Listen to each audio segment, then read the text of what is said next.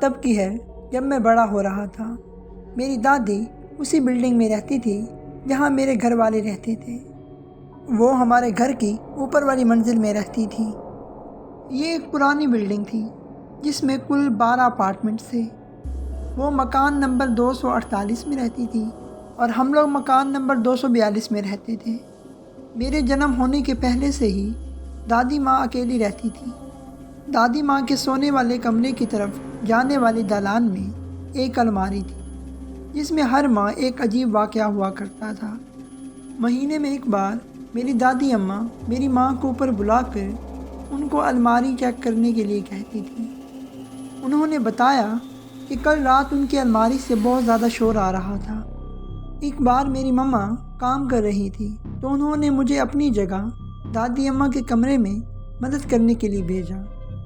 مجھے نہیں پتا تھا کہ یہ تجربات کے ایک سلسلے کا آغاز ہوگا جو میری زندگی کو پریشان اور خلل ڈالے گا۔ جیسے ہی میں دادی کے کمرے میں داخل ہوا اور الماری کی طرف بڑھا تو وہاں کی حالت دیکھ کر میں دنگ رہ گیا۔ ایسا لگتا تھا جیسے کسی نے پوری الماری میں گڑبڑ کر دی ہو۔ ان کے سارے کپڑے بکسے کھلے ہوئے اور سامان الماری سے نیچے باہر پھینکا ہوا تھا۔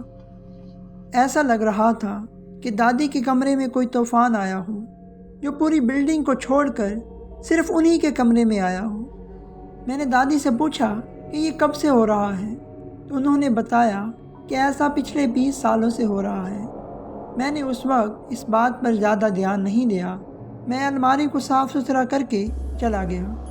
اس کے 2 سال بعد میری ماں کا اچانک انتقال ہو گیا تو میری دادی ماں نے ہمارا ساتھ دینے اور ہمیں ہمت دینے کے لیے ہمارے ساتھ رہنے کا فیصلہ کیا تاکہ ہم پیسے بچا سکیں اور ساتھ ساتھ رہ سکیں۔ اس سے کچھ عرصہ پہلے ہی دادی نے پیسے بچانے اور سہارا حاصل کرنے کے لیے ہمارے ساتھ رہنے کا فیصلہ کیا۔ اس وقت میرے پاپا نے مجھ سے کہا کہ تم دادی کے بیڈ روم سے کچھ ضروری ڈاکومنٹس لے آؤ جو میں نے وہاں رکھ دیے تھے۔ تب میں اداس دل کے ساتھ دادی کے کمرے میں جانے لگا پر مجھے کچھ اچھا نہیں محسوس ہو رہا تھا۔ جب میں اس الماری کے پاس سے گزر رہا تھا تو مجھے زور زور سے کسی کی الماری کو پیٹنے کی آوازیں آ رہی تھیں۔ ایسا لگتا تھا جیسے کوئی اس الماری سے باہر نکلنے کی کوشش کر رہا ہو۔ اس سب کو نظر انداز کرتے ہوئے میں آگے بیڈ روم کی طرف بڑھا، لیکن جیسے ہی میں اندر کمرے میں گیا تو دروازہ اچانک سے بند ہو گیا جس سے میں اندر پھنس گیا۔ میں بہت گھبرانے لگا۔ میرے پسینے چھوٹ رہے تھے کہ یہ کیا ہو رہا ہے میرے ساتھ۔ میں نے گھبراہٹ کے ساتھ دروازہ کھولنے کی کوشش کی تو دیکھا کہ دروازہ دوسری سائڈ سے بند ہے، لیکن میں خوش قسمت تھا اس لیے میں نے تھوڑی سی کوشش کی اور دروازہ کھولا۔ میں جتنا جلدی ہو سکتا تھا اتنا جلدی اس اپارٹمنٹ سے باہر بھاگ آیا۔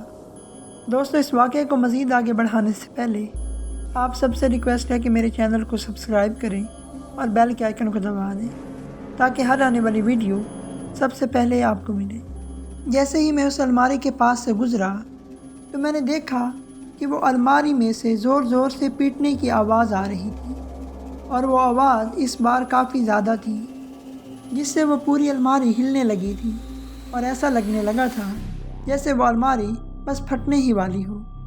میں پوری طرح ڈر گیا تھا اور جیسے کیسے کر کے میں اپنے کمرے میں پہنچنے میں کامیاب ہو گیا۔ میں نے اپنے پاپا کو دادی کے اپارٹمنٹ کی چابیاں دی اور ان پر چلایا، تم جاؤ اور وہ کام کرو، میں نہیں جا رہا۔ اس الماری میں آج جو کچھ بھی ہوا تھا اس سے میں اتنا ڈر گیا تھا کہ اب میں وہاں جانے کیا اس کے بارے میں سوچنے سے بھی ڈرنے لگا تھا۔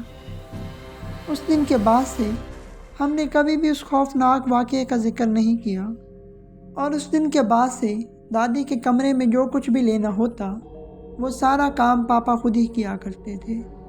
ہم نے اپنی زندگیوں کے ساتھ آگے بڑھنا شروع کیا اور ان پریشان کن تجربات کو بھلانے کی کوشش کی جن کا ہم نے گزشتہ کچھ سالوں سے سامنا کیا تھا۔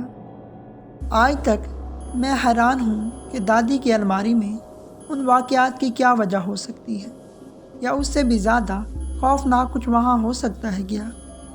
دوستو، امید ہے آپ کو آج کا واقعہ اچھا لگا ہوگا۔ اس طرح کے مزید خوفناک اور سچے واقعات دیکھنے کے لیے ہمارے چینل کو سبسکرائب کریں اور بیل کے آئیکن کو دبا دیں تاکہ ہر آنے والی ویڈیو سب سے پہلے آپ کو ملے۔ ملتے ہیں نئی ویڈیو کے ساتھ، تب تک کے لیے اللہ حافظ۔